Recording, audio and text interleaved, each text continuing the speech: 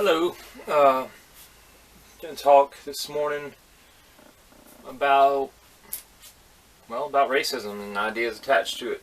I get asked my blog. Most of my videos I do are indeed for my Tumblr page, which and obviously I post to YouTube too. But I just don't really have a large YouTube following, nor do I really make practice of it too much. But anyways, my Tumblr started out as my pretty much exclusively a blog for my photography and writing and basically personal expression, and it remained that way for quite some time. But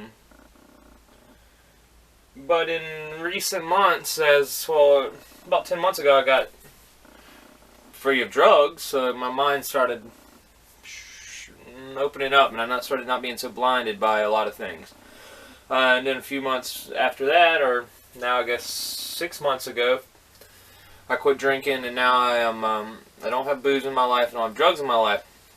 And now my mind that it's fully firing again and functioning in a reasonable capacity, that, as well as the state of the world today, or especially this country, but definitely the world, but I will speak to it from an American perspective. I will speak to it as a Southern white American, because that's what I am. And I think that's one of the things that gets lost in a lot of these conversations, that many people get hung up on the details of things, and some details are important. People say the devil is in the details, but anyways, what I'm saying is, if you are a white man, then it is natural that you would advocate for the rights of white people, of your fellow whites. Just as if you are a black man, I certainly see no problem, and why would I? It's perfectly natural for a black man, an Asian man, Hispanic man, a man of any race, ethnicity, culture to advocate for the rights of those people. That is fine. In this day and age, we have this misconception that any member of the white race, any white American who speaks out for the rights of whites is racist and is anti-black, this and that. Being pro one thing does not mean you're anti another. Just like being pro-black doesn't have to mean you're anti-white. My problem is that in this day and age, when you even utter anything about being pro-white or advocating on white rights, you're accused of racism. Which I don't really understand how it's any more racist to be prideful and advocate for the rights and the survival and the embetterment of your own race. I don't see how that's racist. Every race does that. Every religion does that. Every culture does that, unless for some reason they have been led astray. Which is exactly what has happened in this country, because you have a large portion of the white population, of course liberals, that a lot of them don't even acknowledge race. They pretend that race doesn't exist, that there's no difference between white, black, brown, whatever you want to say, however you want to class these races. And that's just false. I mean, science exists. Science shows that there's differences in species and classifications of these species across the board, but for some reason, when we get to humans, I guess the left shuts off science and says that doesn't exist. There's no difference between someone whose ancestors originated in Europe and someone whose ancestors originated here, regardless of, even if you think that somehow that we all came out of one whatever. It's clear if you look at the races. Physically, there's differences. They test differently on tests that are not even just standardized tests, that don't involve education, that involve very basic logic and the ability to form ideas and recognize patterns. These are not things that are taught to you. These are natural things, and IQs test everyone differently across the board. But that's getting way out there. Anyways, in America today, if you're white, you're racist, and that's just not true. I myself have lived in many different situations in my life. I live in the South. I Now I currently don't live in Jacksonville. I just live about 50 miles outside of Jacksonville. But I did live in Jacksonville, Florida, which is a large city in the South, quite racially mixed. Although, naturally, lo and behold, guess what? The whites tend to live here, the blacks tend to live here, and you do find that there are black parts of town and white parts of town. Of course, there also are poor parts of town and wealthy parts of town. But people naturally segregate, and that can be seen everywhere. You go to a church, that's one of the biggest places you see segregation. Black churches are filled with blacks. White churches are generally filled with whites. Why does that? No government's making those people segregate themselves, but they do it naturally. Is that racist? Maybe inherently all religion is racist. I don't really believe that. Well, I'm not saying I don't believe that. I believe that all people have a racial element to their person. And I'm not talking physiologically or physically. I'm talking that we all have survival mechanisms ingrained in ourselves that we make judgments based on when we see a situation. If I see a wild animal, I make a different assertion than if I see a dog. If I see a car that's speeding towards me, I make a different assessment than if a car is slowing down and not coming towards me.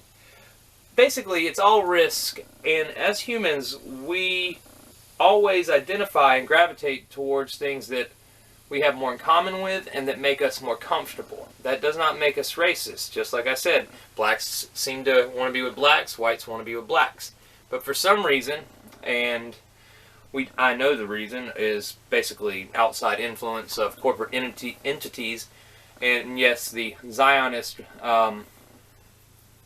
regime or Zionist agenda. I don't know, as soon as I say the word Zionist, people know, oh, this guy's a nut job, which most people have already said that anyways. And I don't really care if I'm criticized, because some of the greatest minds ever have been misunderstood and criticized. And that comes with the territory. If everyone understands you, then you got to realize the majority of the population they're not super high functioning. Obviously, they're a bunch of lemmings, a bunch of fucking sheep, or we wouldn't be in this situation. I'm not a lemming, I'm not a sheep. If people hate me for speaking the truth, then so fucking be it. I am a proud white Southern male. I do not hate anyone based on their race. I do not wish to harm anyone based on their race. I do not wish to oppress anyone based on their race.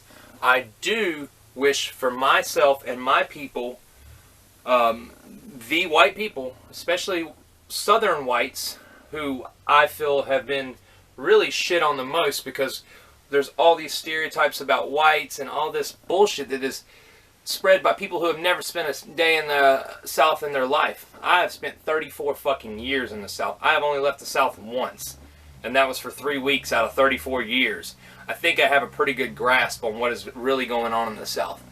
I have never been involved in a racially motivated act of violence either way. I've never had anyone attack me. I've never attacked anyone. I've never even witnessed a racially motivated attack. I will not say I haven't seen interracial crime, but really I haven't even seen much of that. And there's a lot of crime in Jacksonville, and it does happen, but, well, it's generally not whites attacking blacks, but that's a whole other issue. As a man of the South, I know what race and how it stands in the South. And most of these people that are saying that the South is racist never lived in the South. Why is it that the large urban cities in the North and in the West have higher incidents of racial crime than the South? I don't know why this is, why it's all of a sudden made that the South is the only racist place in the world. The world's filled with racism. The world's filled with judgments of others based on their sexuality, the color of their skin, their beliefs, all these things. And it will continue to be that way. I personally support tribalism, small groupings of people. Yes, there can be larger networks, but the only people who really know what I need and the only people I know how to help and take care of are people with similar backgrounds and beliefs to me. I would not even begin to know how to go into a black community and approach these people because I'm not a black man. And same being said, I wouldn't want a black person coming in here telling me how to govern myself and my family, and I wouldn't want an extremely liberal leftist or a Jew or even a Christian. I'm not a Christian. That's why I believe in tribalism. I do believe that there's places for all these types of people in this world, but I do not believe that they should all be governed under one government, and I do not believe that we all will hold hands and sing Kumbaya.